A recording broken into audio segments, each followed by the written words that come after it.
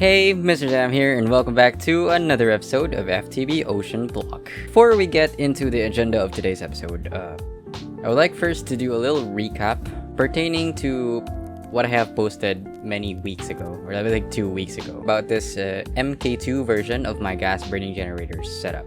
For the most part, I've talked about that in the post.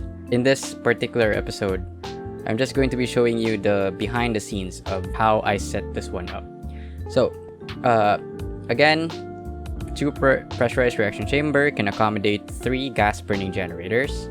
And then for the biofuel, you actually need bone meal for this one, right? So what I added in is a catalytic reclamation chamber, which gives you a chance to not consume the catalyst. So it's this is just an optional, really. If you have like tons of bone meal around, you don't really have to worry about crafting this catalytic reclamation chamber. You can just add in maybe a flux linkage amplifier if you want. So it's really up to you. So with the bone meal, there's a pretty massive chance that you'll get at least 3, I think 3 or maybe 2 of the melon blocks. Right, so that's pretty good, and what that means is that we have more melon slices in production. And so yeah, with this addition of the bone meal, we'll actually have a gain of melon slices. And what I did there is I made use of my refined storage to connect the stuff. So as you can see here, we have a network receiver connecting to our refined storage there. Then I have a fluid interface so that I can just extract the water out from my system. And then for the interface, just to store some bone meal, and then yeah, the controller will then just push those bone meals onto the pythogenic insulators. I've made use of power cables instead of the integrated dynamics one, because this one we don't really have to set like a power limit. Like this one will just transfer a lot of power. So if you take a look at the power, actually I do not know how many RF you can transfer from this one, but I believe the spirited one, oh wait, no, it's not enough. But for the nitro one, it will kind of like transfer 200k RF per tick, and in our system we have 72k producing machines, right? So 72 times 3, which is, I believe that's like 210 RF per tick. So not enough transfer rate really, but still you can make use of integrated dynamics cables to do the transferring of power. But in my case, since I'm not using a lot of the power, I'll just make use of the power cables instead. Unlike for the mechanism one, the cable, I think. Yeah, this one right here. It does transfer a lot of RF per tick, but it also has a buffer of some sort. It can store 3 million in it, and I don't like that. I don't like pipes having buffers. I know it's just it's just my own preference, really. But yeah, you can also make use of mechanism if you want to. Right. So also, if you take a look at in here, I have kind of like relocated all of my compact machines into this dome right here. We have this one as our ether gas production. Then this one is for, I think this one is the Sluice production, right? Then this one is for the mystical agriculture. And for the other compact machines, we're going to be using that probably in today's episode, because I have plenty of plans for today's episode. And then what else? I'm still not done with the whole cluster processing just yet. There's like a lot of them still in here, so yeah, I'm just processing them. And then remember the dome, like I think last episode, right? We made use of this dome right here, right?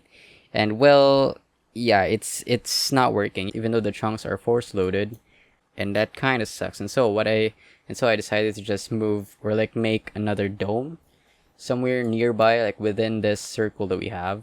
Because again, we can only spawn creatures, or we can only spawn hostile mobs within this circle right here.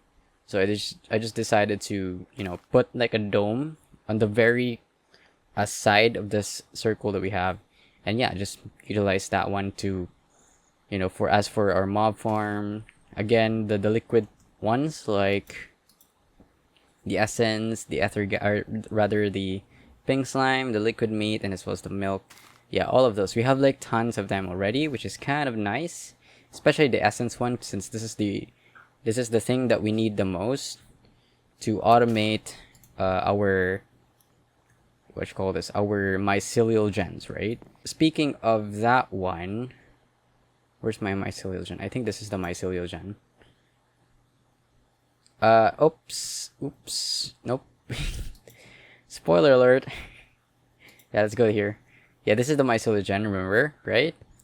So, instead of using the trash cans, the energy trash cans, I am using now the flux plug, so we're not really trashing any power with the setup that we have. And in order for us to efficiently run this whole system, what I did is I made use of prioritization. So as you can see, it's not running at the moment. It's because I configured this system to only run when this mycelial reactor runs out of power, as you can see. And you can do that by using prioritization. So yeah, as you can see here in the middle part, this one has a priority 1, and then this one has priority 0. So what that means is it will drain first this mycelial reactor.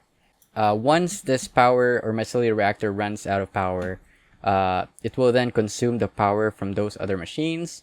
Now what that means, it will turn them on. And then what that means, this mycelial reactor will then start producing some power. So that's pretty cool, right? The reason why I needed to change my setup before is because the trash can wasn't working as what I intended it to do. And so yeah, with this is a pretty good solution that I came up with. So pretty happy with that one. So yeah, it's just a matter of setting up a couple of those power pots so that we can really utilize the power of this mycelial reactor. And yeah, everything is all good. Right, so I think that's all that I've done in between episodes. I didn't really do much other than probably... Yeah, I didn't really do anything in it, I think. Yeah. We made those 2 Singularity stuff in the last episode. And then, yeah, I think that's pretty much it what I've done. So in today's episode, we're going to be still continuing on making some more Singularities, since we're really in the end game as of the moment. So what is our main goal for today? Main goal for today is to automate one of these Singularities, one of the hardest Singularity to automate, and that is the Tesseract Singularity. Remember, in order for us to craft the Tesseract Singularity, we need to, basically need to craft the Tesseract, and then, yeah, this is the thing, right? In order for us to craft the Tesseract, we need a fluid cell frame, and then we also need a redstone flux cell frame, and 10 or rather 1,000 millibuckets of molten ender.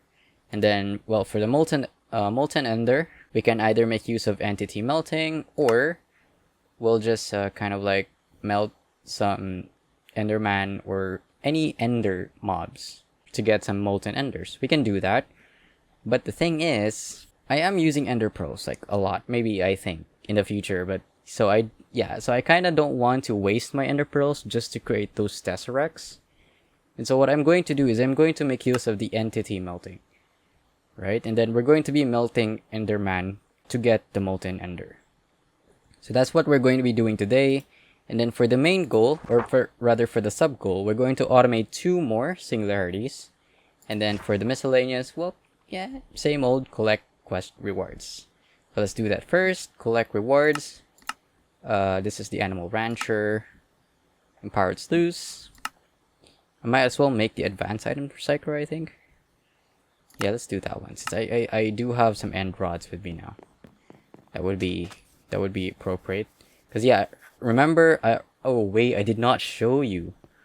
I actually went to the end, and explored a bit. And as we have noticed earlier, we can now fly. Look at that. Pretty convenient, right?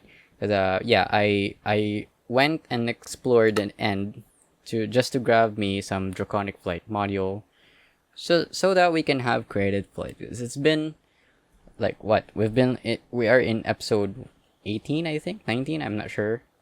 And yeah, we badly need to upgrade to a creative flight. All right, so let's claim rewards. Coral seeds. Ooh, what? Bedrock? Excuse me. Oh, we got a supreme furnace. Dude, this is the best furnace actually. What? This is the best furnace. I need to utilize this. Again, let's automate this one right here. Automate the Tesseract Singularity. So I'm going to be borrowing... You know, let's just make another beacon since we have like the resources to make one. There we go. Then I also need a jar, which I do have that one, and as well as this jar auto processing block. And then I think that's pretty much it that we need. Also, since we're going to be going with the entity melting part, we're going to be using as well the Tinker's Construct smeltery. Here we go. Alright, so let's grab all of these. Alrighty, so I'm just going to patch that in between episodes. And let's set up a mini kind of like Enderman smelting in this compact machine that we have. So this one is pretty empty, but I do have some of the stuff in order for us to automate this. So again, I'm not going to be using any spawner whatsoever. I'm just going to make use of stasis chamber instead. Again, this one will heal any mobs within the working area. And so what that means, you know what, I think I forgot one component. And that is going to be the Enderman, this one right here, the inhibitor. Here we go. Alright, so then let's go back inside.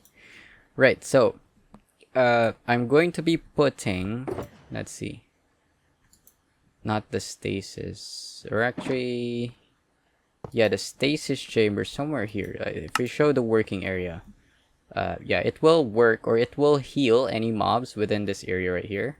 So we're going to be setting up our kind of like smeltery in that working area.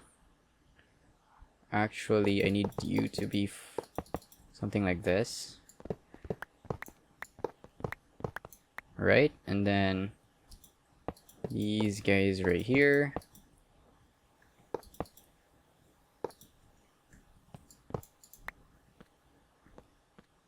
Right, so I think that will work. So let's turn off the working area of that one. And then we need smeltery controller in there. I need the seared drain here. And then seared fuel gauge here. Ender tank. Just like so. Alright, so now let's not activate this one just yet. I do have an imprisoned Enderman in this item that we have. Right, so what I'm going to do is I'm going to first store a lot of Enderman in this seared bricks. Yeah, I think I forgot some. You know what? Let's make a, what you call this? Let's make a refined storage stuff. This one right here. Right, so we can now access our stuff. Pretty cool. So let's put some glass beside it. Something like so. Just so that Enderman cannot escape. It's not like they're going to escape anyways.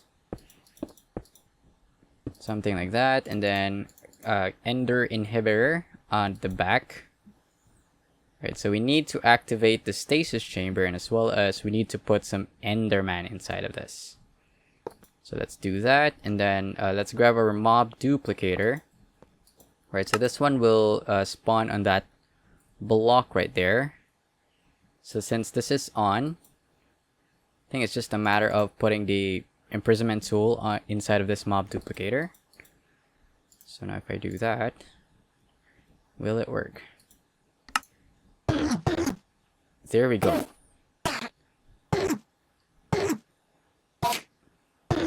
So it's not healing it. Oh wait, it is, but it's super slow. So then let's grab these guys.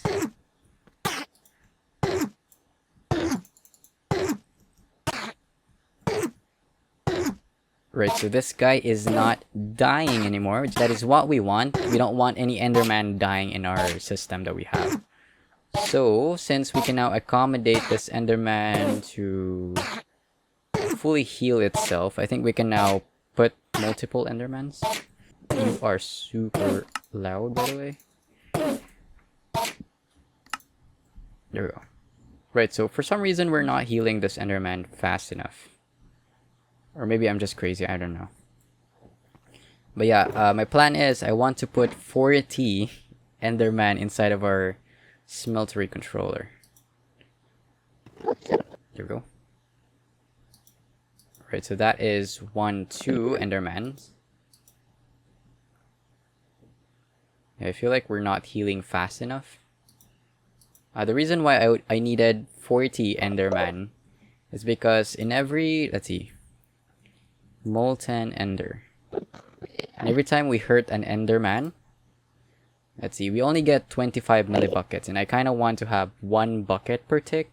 And so we need to divide 1000 millibuckets by 25. And well, that results to 40. And so yeah, we need 40 Enderman inside of our stuff here. They are not dying, and that is a good indication. There we go.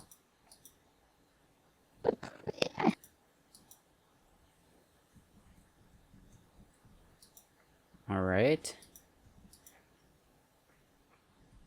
Yeah, they're not dying. All of them are just chilling inside. This is so stupid, by the way. Oh yeah. Let's grab a tank. This one right here. All right. So then let's put. Oh yeah. By the way, I changed a couple of things here.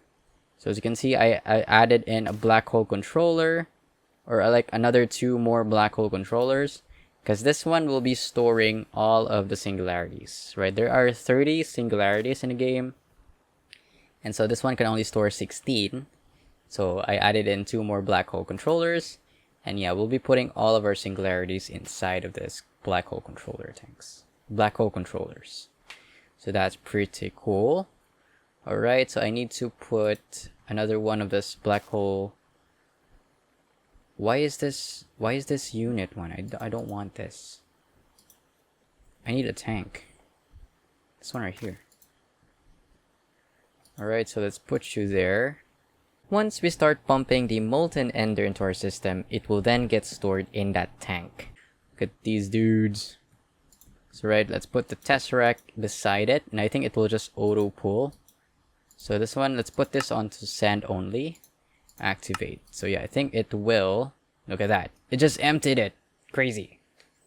So yeah, I think we have stored it on to our unit, or like tank, black hole tank, I think. So let's take a look at that one. Yes sir, we have tons now of molten ender. Cool. Alright, so then let's put another tank beside it.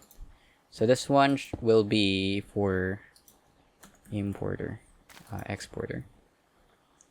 This one will be exporting the molten ender.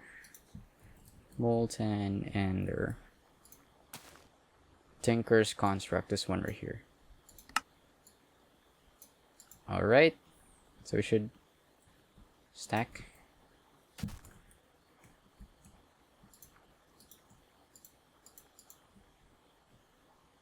There we go. So that is completely filled to the brim.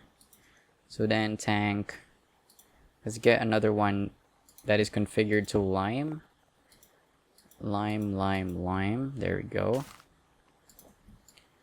So then it's just a matter of getting the Tesseract. You know, that's pretty straightforward actually.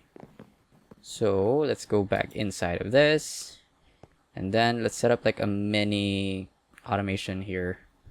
So since this one is the floor, I should put this one in here. So again, beacon probably, you know what, let's put like a little gap between the wall.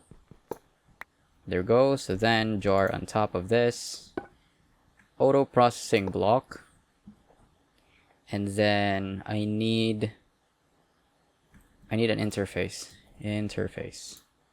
Right, so interface probably something like that, and then tank beside it. Actually, we cannot, never mind. I already made this. We can actually make use of fluid interface, but nah, that's fine. So something like that. Okay, I think that will work. So then, let's see, I need cast iron tubes.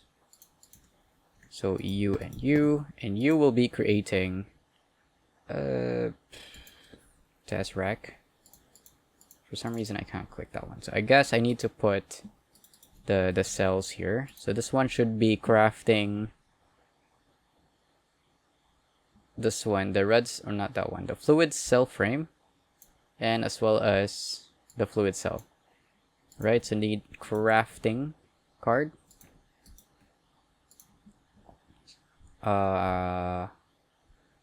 Actually, I don't need this. Let's remove that one. Cell.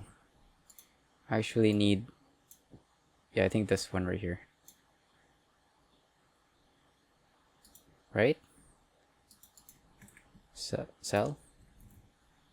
Redstone flux, fluid cell frame. Yeah. I think it's crafting it. Oh, because yeah, I forgot to actually connect the stuff. Lamau. There we go. It's connected now, so that's cool. So we should have, yeah, look at that. Look at that, boys. So yeah, it will just constantly create the cell. So Tesseract, yeah, look at that. We have 2 Tesseracts now. Cool. Yeah, we need to export that Tesseract somewhere. Not good. You know what? Maybe we can just like put a chest, like an ender chest of some sort. You know what? Let's let me move this one more to the left. I actually messed this one up. So I need to put an ender chest in there. So we will be storing the Tesseract in here, right? And then interface there. We should have crafting table, or rather crafting card, and then cell, and then cell frame. Then this one should be in here, something like that. So this one will now put the Tesseract in the ender chest. Okay, so let's get rid of our Tesseract inside of our refined storage. Because again, look, if we go into the Singularity compacting machine, I have this one set up, as you can see, and as this ender chest is fully filled with Tesseract. This one is all using the white configuration, and then yeah, we're going to be using this to you know, like to do the logistics of the singularities. All of them are connected to this controller, so all we need to do really is to like configure the whole system logistics of this thing that we have. So yeah, we've automated now the Tesseract, as you can see, and we've also automated 2 more, which is the pig iron and as well as the refined obsidian one. So I think that will be it for today's episode. Man, I'm so sorry I'm not uploading as frequent in this month right here. I'm really busy in my academics right now. There's really nothing I can do with that one. So still, guys, I really appreciate all the likes and subs. I'm not expecting to reach 700 at all in my life. So yeah, guys, we're now at 700 subscribers, and I really do appreciate all the love and care. Thank you so much, guys. So for today's episode, this will be it. And if you did enjoy the video or the episode today, well, how about smashing that like button and as well as subscribing if you really do love our content right here. See you guys in the next episode. As always, have a nice day. Peace out.